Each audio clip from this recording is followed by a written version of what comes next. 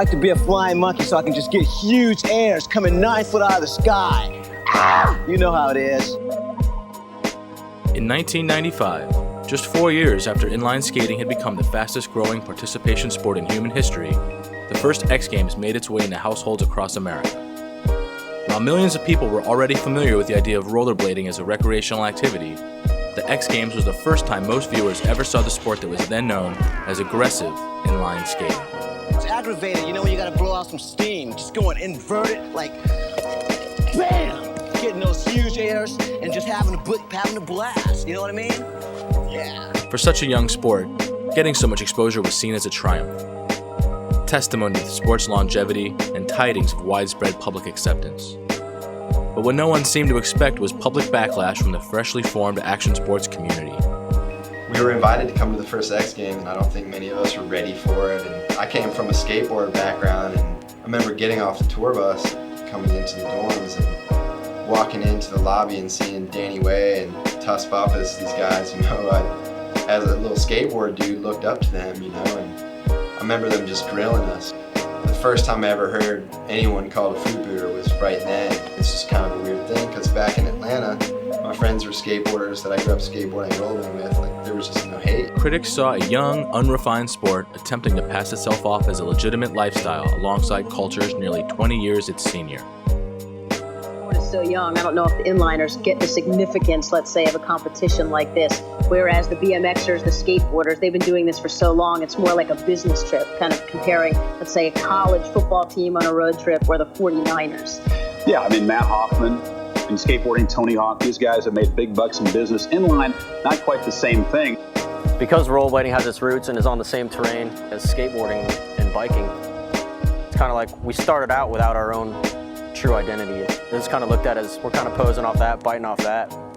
And so really in the beginning, I mean, we were totally doing our own thing, but it was on someone else's terrain that was already created. In the post-Homie Don't Play That world of 1995, a crucial time in the development of the modern concept of posers or fakes, rollerblading became the most famous poser symbol of all, the faux legs of action sports. Skateboarders decided we bit their scene and let everyone know. After that, it was like nothing rollerblading could do allowed it to escape the constant vigil of skateboarding's shadow.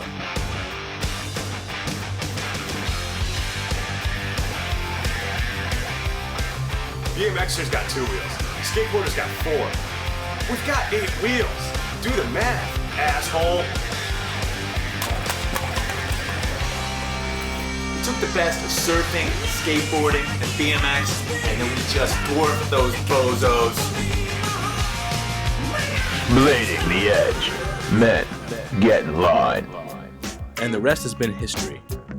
The resulting stigma essentially erased the positive exposure rollerblading had earned itself, replacing it instead with a tendency to be discredited.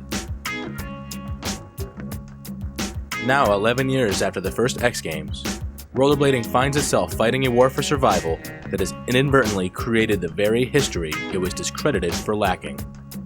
We're in the young stage. We're getting back to the bottom because you got to fix the foundation and work with the basics and make sure that all of that is ready and secure. This is the story of a global community of athletes unified by a common interest. This is what it's like being a rollerblader, being part of a group that some critics really do wish was barely dead.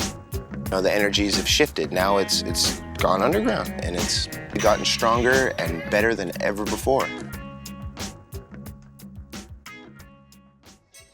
So many rollerbladers cite the X Games as the source of their interest in blading that it's as good a place to start as any. And it's a good story too, because what almost no one knows is that the X Game exists in many parts thanks to the early popularity of rollerblading. A point which deserves some exploration. Yeah, 1994 was the first official street course contest put on by NIST National Inline Skate Series. It got the TV psyched on filming skate contests. Rollerblading was popping off big and growing crazy at that point. And so that's where they got the whole idea to bring this to the X Games type deal and have skateboarding and BMX and all that, because the rollerblading contest did so well on TV. And that's what a lot of people don't realize. And yes, rollerblading was a big part of the inaugural X Games and getting it off the ground. The X Games getting off the ground in 1995 was no accident. Skateboarding, freestyle BMX, snowboarding, wakeboarding, and other assorted sports, soon to be given the uber-generic umbrella title of action sports, are at relative plateaus when suddenly rollerblading enters the horizon with millions of new skaters. National Sporting Goods Association statistics put inline participation at nearly 24 million. At the same time, skateboarding 4.5 million, snowboarding 3.8 million. There was no comparison. Inline had exploded, and all that money had to go somewhere. Turns out the X Games got a chunk of it too, and has gone on to change the cultural identity of youth the world over. There is no better recruiting tool than something that gets out to millions and millions of people. It may not be the most credible thing. That's our job. Once they get exposed to it, we got to be there to catch them, let them come into our culture, and then let them sort of get an education.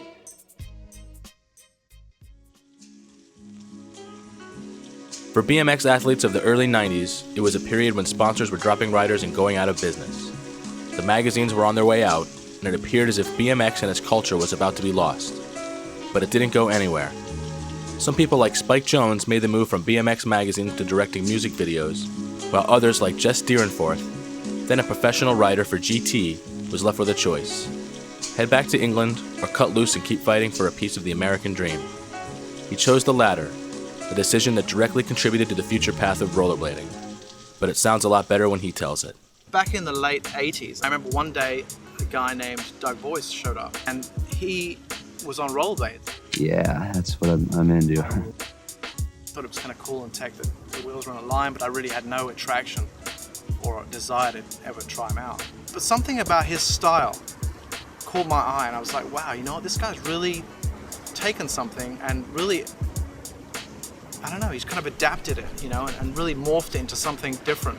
He didn't represent anything that I'd experienced with rollerblading, because rollerblading had this very uncool image back then. He used to be a professional skateboarder, and he'd skateboard a little bit, and he'd rollerblade a little bit, and he was just completely confident. You take other elements of other sports and adapt them into this sport, but it is its own sport. It has 8 wheels in a line, you know, and you're going to have to figure out how to use those on your feet, you know. There was a change in the BMX industry. The sport itself was very much alive, but the industry did take a dive, and a lot of companies started disappearing. A lot of the companies sold to larger corporations, and those corporations then looked at a company like GT Bikes and said, well, you guys aren't meeting your numbers, we're going to start cutting back budgets, you know, marketing, team budgets, everything. Professional riders kind of had to sort out different careers. So I went to ASR trade show in San Diego, early '89, and I saw a rollerblade demo, and there was the whole dance team with the spandex, you know, doing the whole hip-hop thing, whatever. And I was kind of watching it, you know, tongue-in-cheek kind of thing. I didn't really know what to think about it. And all of a sudden, I mean, there's this half pipe there, so that's what kind of caught my attention. This guy comes out on rollerblades, Chris Edwards, and he starts doing, I mean, it was probably only like 5 foot, 6 foot airs. But I was just like, wow. And his style, he was compact, you know, he looked really solid, you know, and he was doing 540s, and I was just like kind of blown away by it. And I had a lot of respect, because I knew that he had probably dealt with a lot of stigma issues, especially at ASR. Back then it was like the coolest trade show. It was like all the hip stuff, surf, skateboarders. I mean, it was such a cliquey trade show, and all of a sudden this guy's on rollerblades and everyone's kind of looking at him. They don't know what to think about him. And so I ended up doing demos with him about a month later, and he was on the half pipe, and I was on my bike, and he just was in my face like the whole day. Jess, you got to try these out, man. You got to try these blades out. They're amazing. I was like, no, I don't think so. And after one of the demos, he said, you got to do it. I was like, all right, whatever. I went around the parking lot, and I was kind of all over the place. It felt very unnatural. And then I went on the ramp, and all of a sudden it just had this different flow to it. You know, there was something really smooth and fluid and fast about it. And he vowed after that day to get me a pair of skates. Before I knew it, I was kind of leaving my bike at home and going to the skate park with my rollerblades. And so it really wasn't a conscious thing. It's something that just kind of naturally happened. And simultaneously, the BMX industry really had lost its spark. I mean, it was in a lull, but unlike rollerblading, there wasn't anything going on at that time.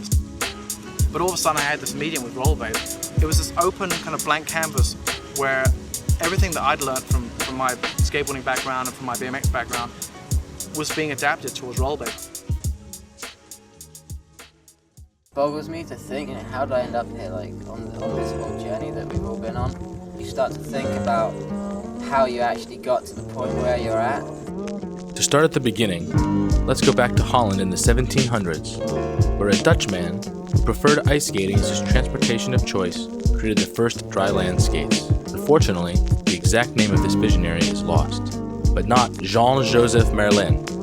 He went on to become the first recorded skate inventor by demonstrating a primitive inline skate with metal wheels in 1760. That's right, 1760. 10 years before Europeans even discovered the Polynesian surfing, a Dutch gentleman had invented an inline skate.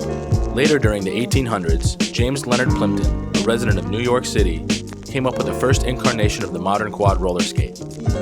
His idea was so successful that it led William Bone, another Englishman, to patent a design for the wheels of roller skates before later filing the patent for a ball or roller bearing race that would go on to be used for bicycle and carriage wheels. The roller skate underwent many improvements over the next 100 years, like the invention of polyurethane wheels which added speed, stability, and durability. And then it can be argued that the next major revolution for the roller skate came in the 1950s, when surfers began taking the axles off of roller skates and putting them on planks of wood, accidentally creating skateboarding. Who'd have guessed the pursuit of wheeled freedom, particularly innovations created by inline skates, could lead to so much mechanical progression and modern-day cultural influence? And more importantly, why haven't you heard more about it?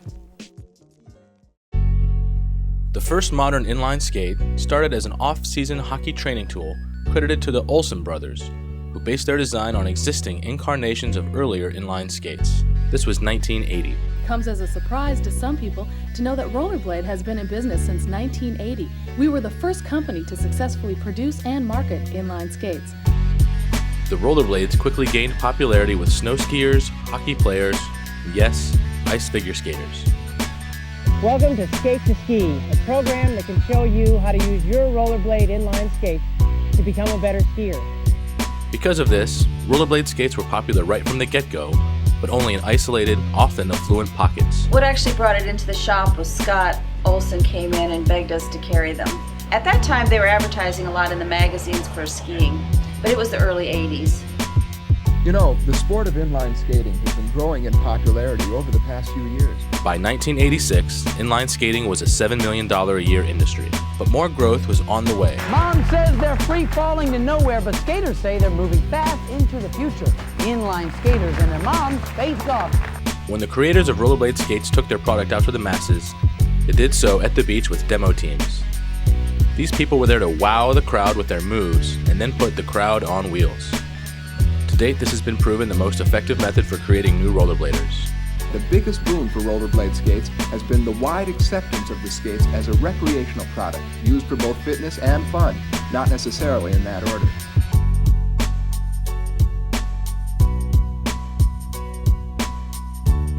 I'm just amazed that I don't see more of the big corporate CEOs cruising the parking lot with the rollerblades on, because if they did, they'd have a much easier and much more profitable day. Using the beaches of Florida and Southern California as a backdrop to the lifestyle of choice for athletic Americans looking for light fun, rollerblade planted their roots in some of the most culturally eclectic soil around. It's like anyone can get into it for their own travel. As a breeding ground for new trends, Southern California was a particularly powerful catalyst in the evolution of rollerblading's popularity. Here, it found a place amongst the colorful locals as a tool for transportation and self-expression.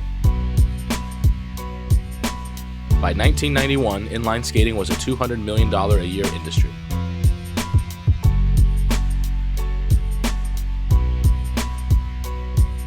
And while on paper it looked like everything was going well, Rollerblade and the other skate manufacturing corporations would soon be baffled by the rise of a small, but dedicated and vocal group of inline skaters that were truly interested in embracing all the potential of an inline skate.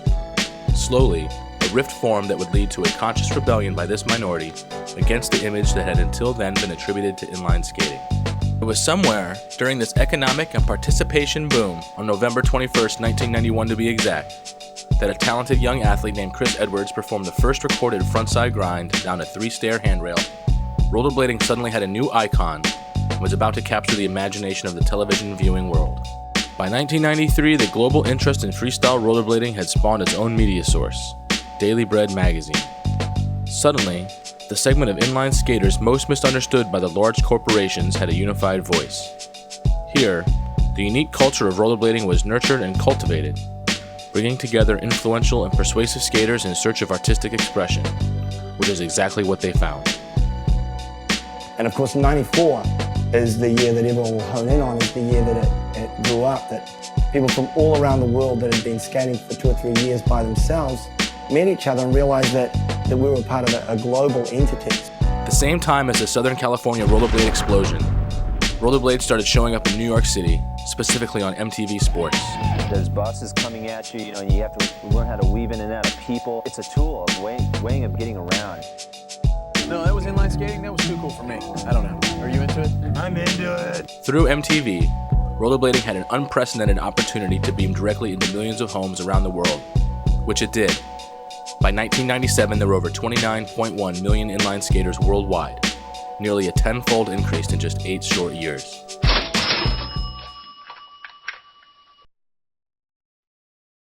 As the global population of rollerbladers continued to rise, the small group of participants using their skates in untraditional ways continued to grow. Eventually, through the influence of less than a handful of videos that had been released, the stunts being attempted by the alternative skating minority became more specialized, yet still very raw by today's standards.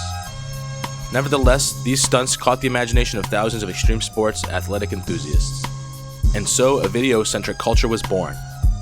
These videos were by no means instructional, but served as a means to communicate information to an audience, causing inspiration and motivation.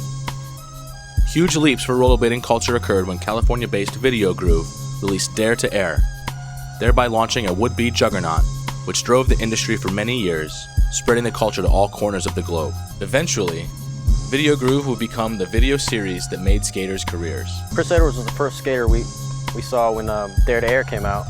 It was the first video we had seen of rollerblading, and we were like, it tripped us out because we were like, man, other people are doing what we're doing, you know? And we saw Edwards and we're like, man, this guy's doing it crazy. He's doing a flip over the car, which I'll never forget. And that's when I was like, man, I'm gonna keep doing this, man. I'm gonna get good at it, you know? Like, and that's when we got inspired to try flips and stuff in our backyard.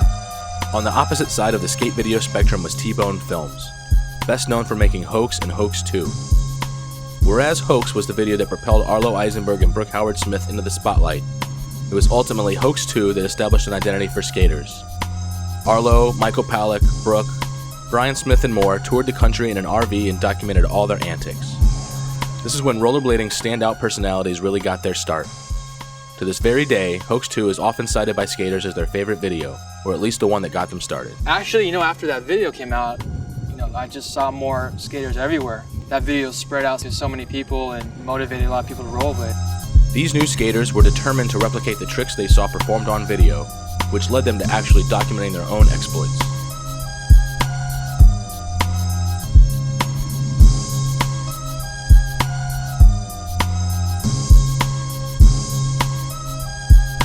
The 40 ounce was straight out of Venice Beach, you know? AJ rocking it with his dreadlocks and tie-dye shirt, knee pads and stuff. A lot of that old school stuff from rollerblading, you know, wasn't always the coolest thing. Of course, AJ looked cool doing it just because he's AJ, you know, but like if any of us were going to do it, it'd be kind of more like a joke, you know? We're like, man, let's get rid of these pads, you know, like they're uncomfortable and stuff. We're like, and it was kind of scary, you know, to get rid of your pads because everyone wore knee pads back in the day, you know, but that brought a whole new element to it, I think, too, because it made everyone relax. And without pads, you couldn't fall, so you wouldn't fall as much, so it brought a whole new smooth element to rollerblading. What all this really accomplished was planting the seeds of inspiration in other skaters to pursue their rollerblading interests. For many, this meant uprooting from their homes and relocating to Southern California, which is exactly the chain of events which brought together a group of individuals which will become responsible for the de facto image of 90s rollerblading culture: Senate. I'm pretty sure we all had a vague plan to move to California and become rollerbladers, but I didn't have a long-term plan. We accidentally started Senate. You know, Arlo and I were kind of just drawing on things, and we came up with a fake company. I mean, a lot of people don't know this. The Hoax was a fake movie. That's why it's called The Hoax. It was just us filming stuff, and we'd tell people, yeah, we're making a movie. And eventually it turned into a real movie, and of course, eventually Senate turned into a real company.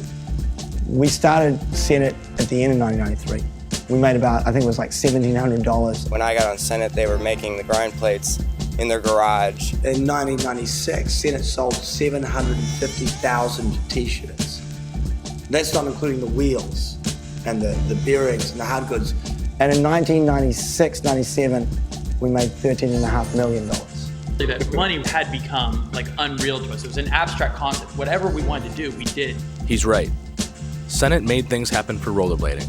Now tonight, the story of an inline skating company and its motto. Inline skating is hot here locally. Many companies like to reflect an aggressive edge, a competitive toughness, if you will.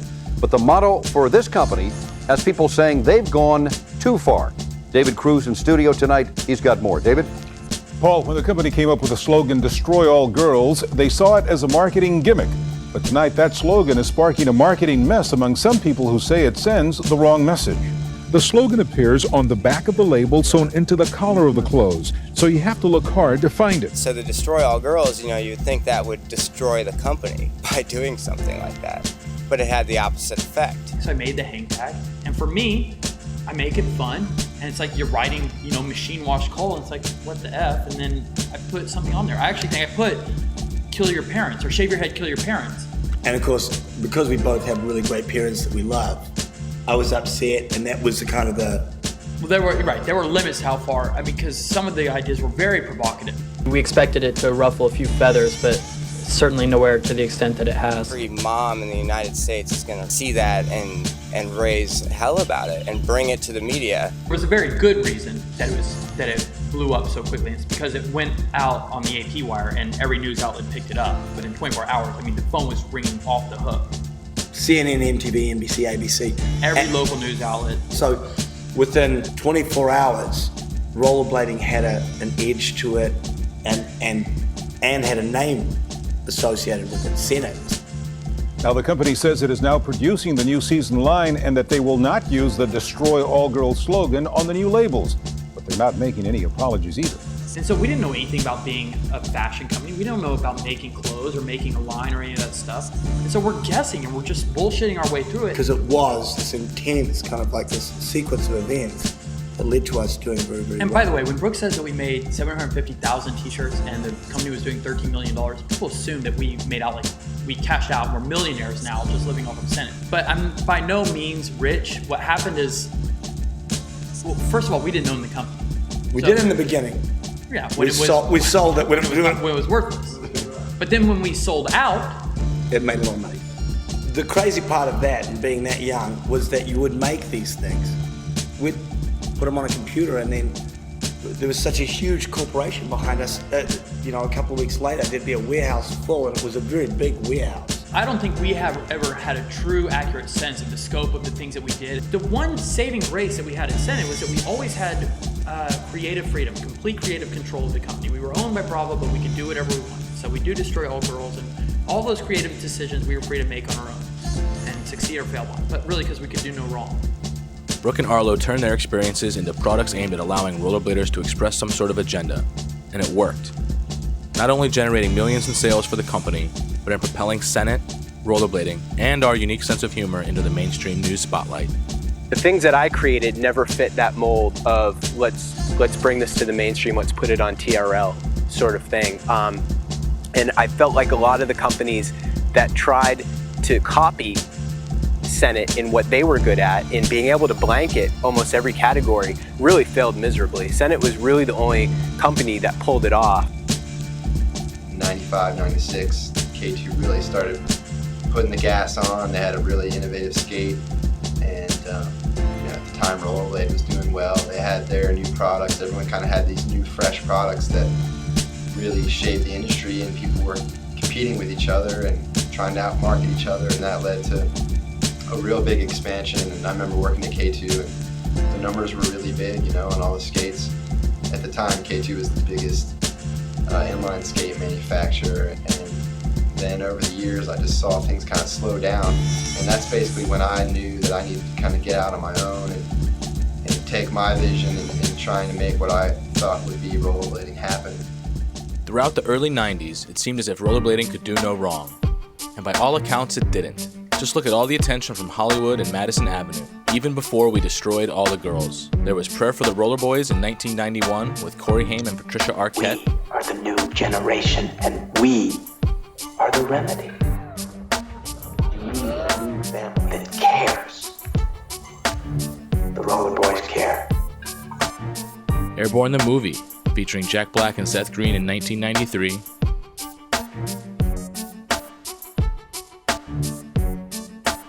The X Games in 1995. MTV Sports. Hey, you know what we're gonna take a look at right now? Inline skating. You ever do it down at the beach? No, let's go watch. You came down to visit me one time. We were gonna try it, but we decided against it. MTV Sports and Music Festival. England. all the sports together. You got skateboarding, BMX, freestyle, even motocross. Sometimes when you get all the athletes together, especially the inliners, you get kind of a volatile mix. As well as a bunch of our industry's most veteran skaters jumping over the now governor of California in full costume for Batman and Robin. Even a clutch dialogue line in the movie Liar Liar from 1997.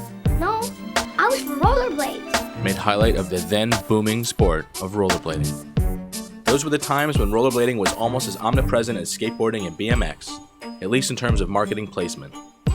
Did rollerblading deserve so much attention? Well, it depends on who you ask.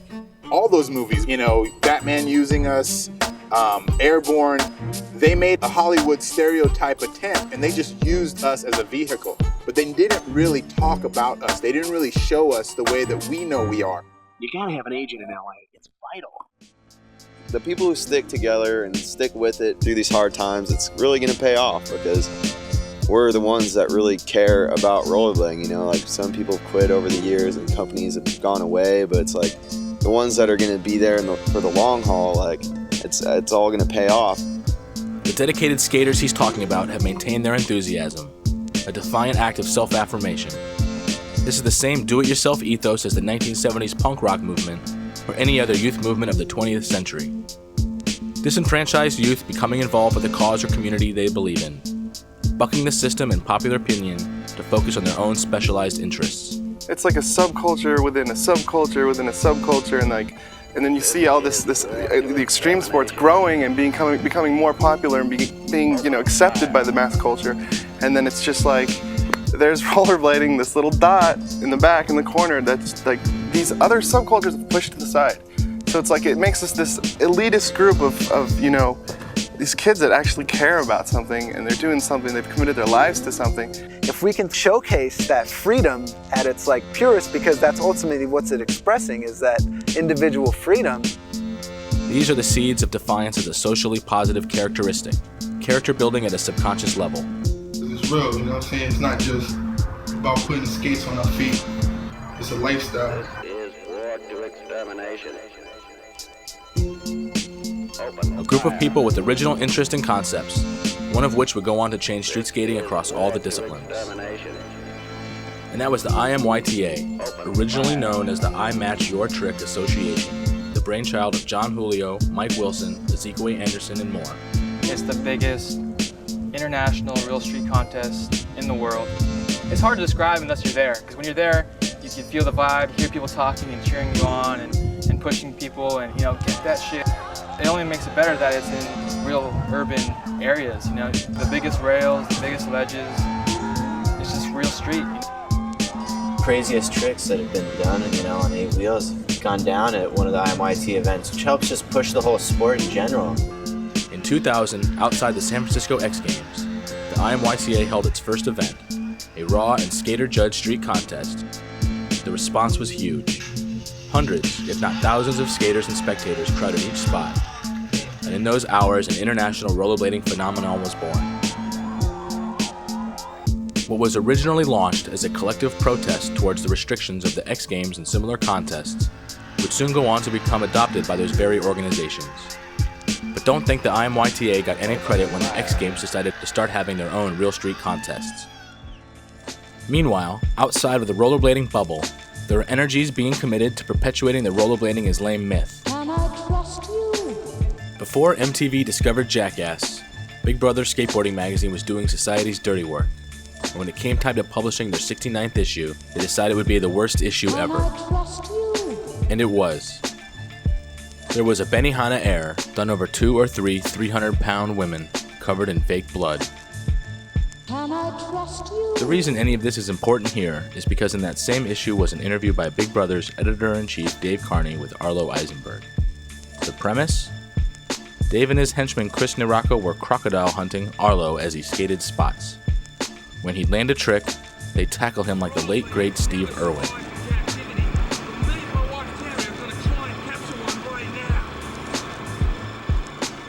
Even the captions were references to Irwin's particular manner of speech.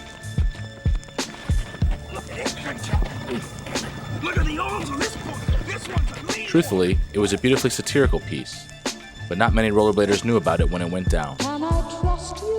Furthermore, This sideshow was accompanied by editorial in which Arlo was asked questions designed to humiliate and embarrass. What it showed, though, were two things. One, that Arlo has a pretty damn good sense of humor to go along with something so obviously designed to make him look bad, and with the potential to really add more insult to rollerblading's already injured ego. And two, that guys like Carney and Big Brother really were concerned with making rollerblading look bad. I used to skateboard. I felt like I was a part of a community that was sort of like dissatisfied, angry with something. And skateboarding expressed it not just through the act of skateboarding, but also the art. I mean, it was just this whole culture. And it was unconventional. And so now, to be hated just because of what I do, it's disappointing. And not only that, but the way that they would disrespect us, that's disheartening. My idols, the people that created this counterculture model, I mean, more than anyone else, anyone that participates in action sports, we are all following skateboarding's lead. Yeah, I think part of the animosity originated from the fact that rollerblading was really big. We were taking skateboarders and they were turning into rollerbladers, and kids were starting out rollerblading instead of skateboarding. And so they saw this as a threat to their industry, and so of course they're gonna rag on it and try and beat it into little kids that it's not cool. It's really up to whoever's doing it to decide whether or not it's whack. Rollerblading is undeniably fucking amazing. Like, the tricks that are being done and shit like that is just ridiculous. And to any human eye, you can't deny it. Despite having a turn the other cheek, let me do my thing, you do yours attitude in the face of all this negativity from outsiders, it was only a matter of time before something came of it. Newer than skateboarding, newer than BMXing, so I guess it's got to take its fair share of getting beat up before it gets respected. Obviously this core group believes in something, they're doing it, they're not going to stop doing this. They've been tortured. We've been, literally tortured. You go to a bar, you sit at a bar, someone finds out you're a rollerblader, you're either going to get into a fight, or you're going to have to scoot over a chair, or it's especially here in San Diego. I have scars to show for the time where I stood up for rollerblading. It's not standing up, it's not even dealing with it, knowing that you're so above it. You get to that point. That's the point that our industry's gotten to, is we're so above it already. 2001 to present has been trying times for all the fruit booters, gay bladers, inliners, aggressive skaters, rollers, and bladers that prefer to refer to themselves as skaters. Except for the confusion that causes because most people assume you mean skateboarder. As an industry, it's unfortunate and it puts us at a disadvantage that we don't have a specific label for what we do for our sport. When I first got involved with it, it was being dubbed aggressive skating, which was a new term that Arlo and all of these pioneers of the sport decided they wanted to call it in order to differentiate it from the other types of rollerblading, whether it be hockey or speed or dance. And so we're really proud of that name, but like with anything, like with styles and fashion and trends and different cycles, these things kind of become goofy after a while, and eventually there was sort of a stigma about aggressive skating. It was like we were trying too hard to differentiate ourselves. So aggressive skating had a backlash against it, and people went back to, well, we're rollerbladers. So generally speaking, people that don't really worry about the classifications, someone like my dad or your dad or something would just say you're a rollerblader. I think it's rollerblading. It's obvious. It's like, that's our name. So we revert back to the original name that we all swore we hated so long ago, rollerblading. The word rollerblading is a trademark used in reference to a particular brand of inline skates. That company owns the words rollerblade and rollerblading, but the dictionary classifies rollerblader and rollerblader as nouns, which is a smart move. Smart because that's the word a majority of people use to describe the act of being one who enjoys inline skating. By late 2004, the most core rollerblading population, perhaps not even a tenth of the 17.3 million participants claimed by the Sporting Goods Manufacturers Association, has aged. These individuals have continued to be active in rollerblading despite being ostracized in their local area, as well as on a broad mass-marketed scale. An important step for a community in need of a strong foundation. These self-formed outcasts have aged, stuck through the trends of the times, and established against all attempts otherwise the image of the impervious rollerblader. The one rollerblader who skates with 10 skateboarders and bikers because they recognize his talent. They are supposed to hate him, but they make a concession because of skill and ability. Proof that a myth condemning a sport can only last so long in face of that sport's ever-evolving difficulty and amplitude. Eventually, talent and sheer athleticism break through stereotypes. I respect what they do, you know, and they seem like they keep pushing the sport. It is gaining unspoken respect in the eyes of its most serious critics. It is going through the same growing process the other alternative or action sports did years before. Scenes are starting to grow too. Small towns and big cities alike are bringing up new crews of bladers. The overall impression is that rollerblading is unpopular, but not going anywhere. The relative skill of the upcoming skaters improves too when compared with the professionals. The ability gap is closing, which both helps the community by ensuring better representation to the public, but also negatively in that it confuses the bladers who seek sponsorship or recognition from a starved industry struggling to meet its own ends. Then in 2004, a grating reality check. The rollerblading street skating event is removed from the American X Games, forcing a slow ripple throughout the rollerblade industry. I've been announcing the X Games, okay? I go and I do the play-by-play for the TV broadcast with Mark Shades. And every year before we go to the X Games, they have what they call a talent meeting. We go into the conference room and the guy, Rich Feinberg, the producer, says, listen, I had my staff put together this video of highlights from last year's X Games. I think it's really great, and I think it's gonna get everyone fired up. They puts in the tape, turns down the lights, and they never show rollerblading. We're part of this staff, we're part of the X Games. Rollerblading hadn't been dropped yet. And Rich goes on with the presentation, he's talking about this stuff. He's talking about the new technology. And he says, we've got some really great new technology this year. We're gonna have the cable cam coming over the whole street course. And he's talking about the different things, and he says, and we're going to do something new this year that we've never done before. He said, so we're gonna have a follow cam to show on the street course. He said, but I gotta tell you guys, and he's now talking to the whole room. He said, I gotta tell you guys, we tried everything. We thought about a lot of different ways to get this, and it just so happens that the best way to get the footage is by having an inliner on the course.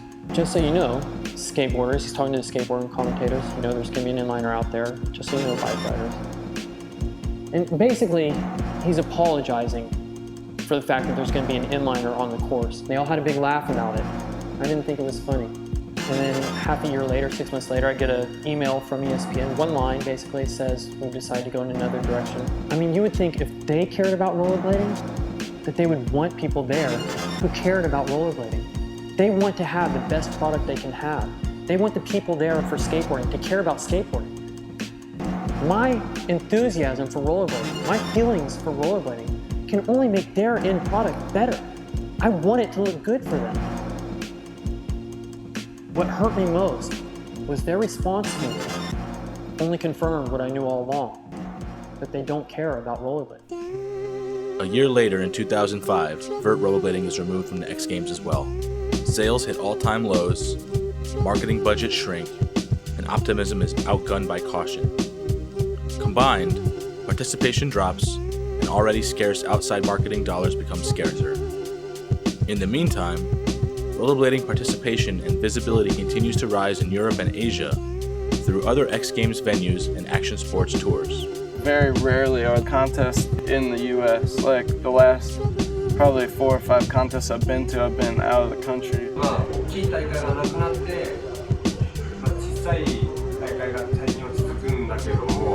There used to be like so many times when I was a kid, like rollerblading come on TV and you just hurry up and get a tape, you know, you'd push record because it was awesome. You know, they had NISs, they'd have everything. They have ASA contests, and now it's like we've just been so pushed to the outside like outcasts that everybody forgot about it. But it hardly matters to the professionals whose meager salaries are slashed, the morale shattered. Aaron Feinberg just got fired from his sponsor. One of the greatest rollerbladers we have in the history of our sport, of all time. He can't even get paid. He can't even get thrown a bone from his sponsor because there's no money in this industry. And when people say, cool, it's cool that we're underground, I say, fuck that. This does nothing to help the pattern of elder talent leaving the industry in pursuit of loftier exploits coupled with financial security. This not only hurts the historical significance of the sport, but removes the bulk of an elder demographic from the leadership position, leaving only younger and less experienced individuals behind to repeat mistakes made by their predecessors. Like most people my age aren't even in it anymore. Maybe they're working a job that they hate and they're not skating. Like It's like, what did it get them? Like doing something they love, what did it get them? So it makes them like jaded about skating again. And we got real life deals. It's like, you got to pay bills, you got, you know, your girlfriends or just everyday stuff that you have to pay for. And now a lot of us wish that we saved our money. A lot of us wish that, you know, we were more responsible. But at the end of the day though, like, we all appreciate it more now these days. I do, being around the game for so long. In rollerblading today, the industry is so small that the money is just not there like it used to be.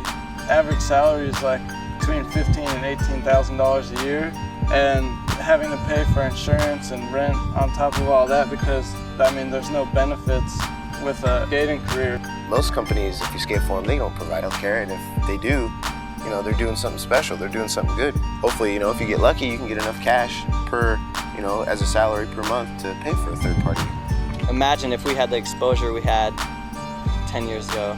You know, imagine what we could do with it now. I would definitely be in a different position. You know, I wouldn't be struggling to eat on tour. I wouldn't be eating ramen 3 meals a day, 13 cents.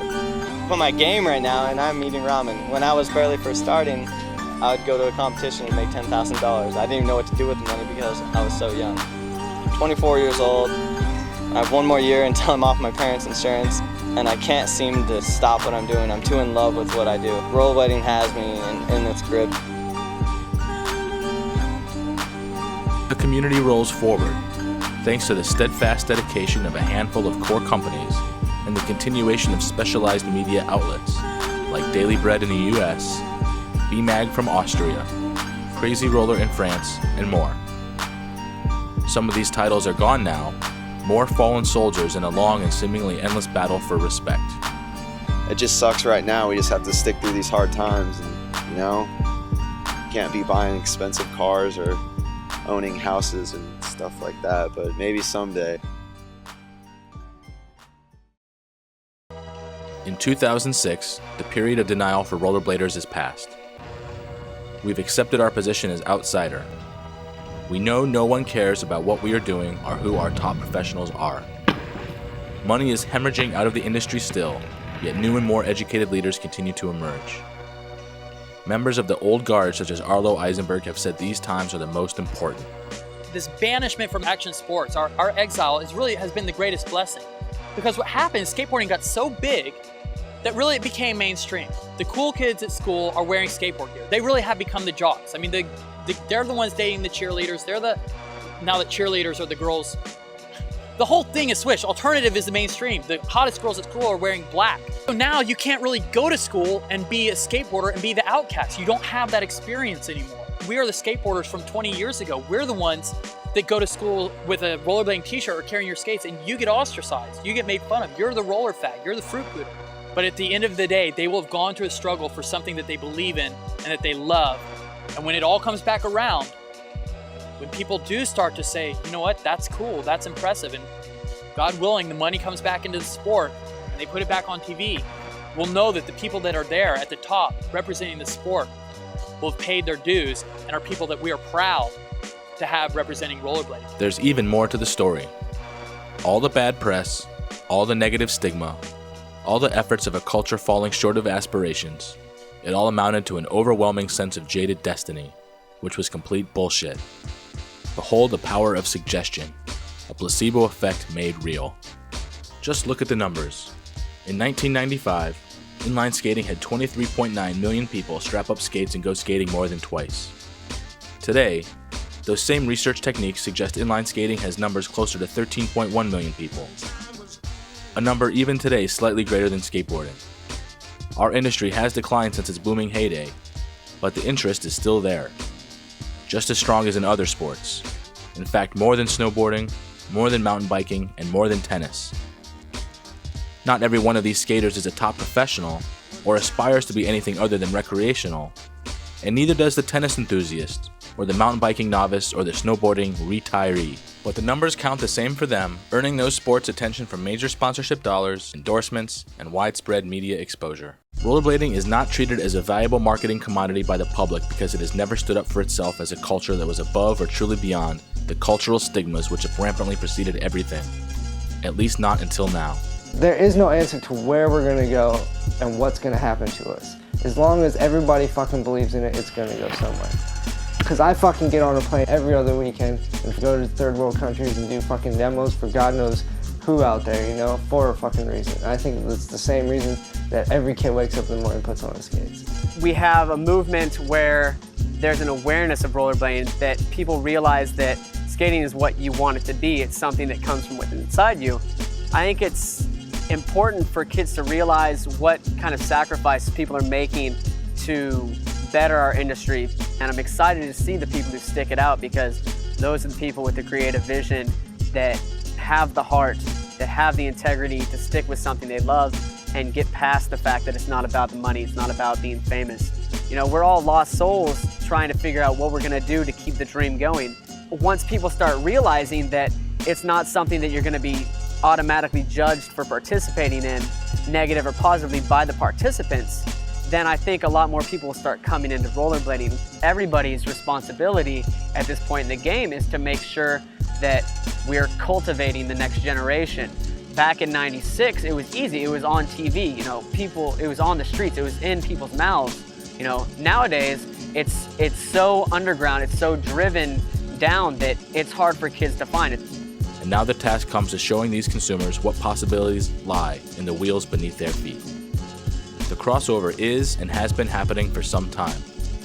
Rollerblade and other companies offer sub-$80 price point skates with aggressive skate features, such as sole plates and H-blocks. It is an exciting time for rollerblading, because change is the only constant of the times. Everything is changing, and for a sport long thought dead, change can only lead up. I really feel that over the years, people have made the mistake of defining the success of rollerblading in terms of money. And that people think, okay, when there's lots of money in the sport, rollerblading is doing great, and when the money falls out, though, rollerblading died. But the fact of the matter is that rollerblading has been consistently progressing since the day it began. And that the level of tricks, the amount of style, the innovations in hardware and skate technology, everything's been progressing since day one. As long as there are people breathing, someone will be rollerblading. We don't need to worry about the sport. I think it's progressing more now than millions of people were doing it. No longer occupied by posturing for public opinion, rollerblading culture has matured into a level of self-awareness that displays both strength and diversity. Cultural, economic, and social barriers are greatly minimized within the shroud of the community. A vast network of friends and acquaintances across the country and globe creates a true sense of unity. At one time, you know, rollerblading had sort of a central brain trust, you know, it was like Daily Bread and Sin and all these things came out of one central area. And now we're in a different place. I mean, you know, Daily Bread is sort of transitioning into whatever, and there are new magazines that are emerging, and there are companies now that are spread all over, not just the country, but all over the world. And I think it puts us in a stronger position. Some people say they long for the good old days. But now rollerblading is like, it's like we've got these little Al-Qaeda cells. And it's like each one, it's like now there's no head. There's no, you know, you can't cut off the head until rollerblading. It's got these little cells, these little communities of rollerblading that are each evolving and growing in their own right, sort of like cultivating their own little scenes. And then it's the feedback loops that get created between those different communities and the way that they all sort of interact that are creating a new kind of rollerblading that's a reflection of a lot of different input. And that's the kind of natural process that makes something ultimately better than it ever could have been if it's just under the dictatorship, you know, one small collective. But being a rollerblader is much more than enjoying inline skating. Rollerblading became and has been a target for action sports slander for nearly 10 years. But the joke is about to take an interesting turn, as the underappreciated and misunderstood underground global culture of rollerbladers is about to be exposed like never before. Some think it is already gone, but rollerblading is far from barely dead.